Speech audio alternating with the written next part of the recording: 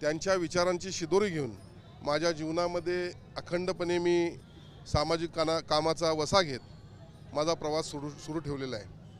आज ते आमच्यामध्ये नाही आहेत, पण त्यांची आठवण अखंडपणे राहावी आणि खऱ्या अर्थानं सर्वांनाच आपल्या आईवडिलांची आठवण राहावी, आईवडिलांना कोणी विसरू नये हा दृष्टिकोन ठेवून त्यांच्या स्मरणार्थ आषाढ एकादशीला जो रथ या ठिकाणी प्रति पंढरपूर नंदवाळ या ठिकाणी जातो, हा चांदीचा रथ अर्पण करावा अशी माझ्या मनात कल्पना आली आणि त्याचं आज लोकार्पण सोहळा या ठिकाणी होतोय। हे होत असताना मला अत्यंत आनंद वाटतो। या ठिकाणी अनेक संत महंत या ठिकाणी उपस्थित आहेत, हजारोंच्या संख्येनं वारकरी समुदाय या ठिकाणी उपस्थित आहे आणि आजच्या या दिवसाच्या माध्यमातून माझी सर्वांनाच आपल्या माध्यमातून नम्र विनंती आहे की मुना आपला हिंदू धर्म हा आई वडिलांच्या संस्काराच्या शिदोरीवर चालणारा धर्म आहे, संतांच्या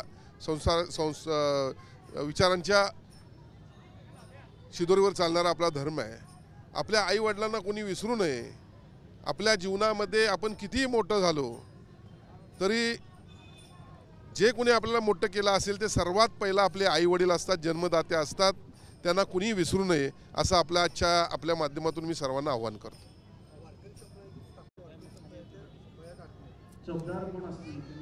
तत्कालीन मुख्यमंत्री सन्माननीय एकनाथजी शिंदे साहेब यांनी वारकरी महामंडळाची स्थापना केलेली आहे। अर्थात आपल्या सर्वांना माहीत आहे, त्यानंतर निवडणुका झाल्या, काही प्रमाणात सत्तेमध्ये बदल देखील होत असतात, पण निश्चितपणे अनाथांचा नाथ म्हणून ज्यांना संबोधलं जातं, सर्वसामान्यांचा नेता म्हणून ज्यांना संबोधलं जातं, असे एकनाथजी शिंदे साहेब यांच्या मनामध्ये निश्चितपणे वारकऱ्यांच्या विषयी काही वेगळं करण्याची निश्चितपणे त्यांची मनीषा आहे।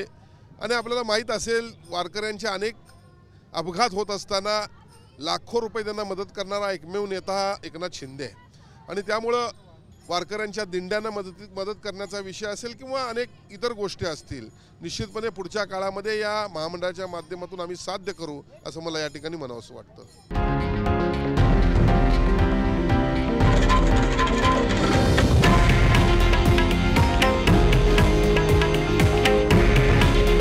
हे आहे देशातील नंबर 1 न्यूज नेटवर्क आणि आपण पाहत आहात TV9 मराठी। काळजी तुमची, हित महाराष्ट्राचं।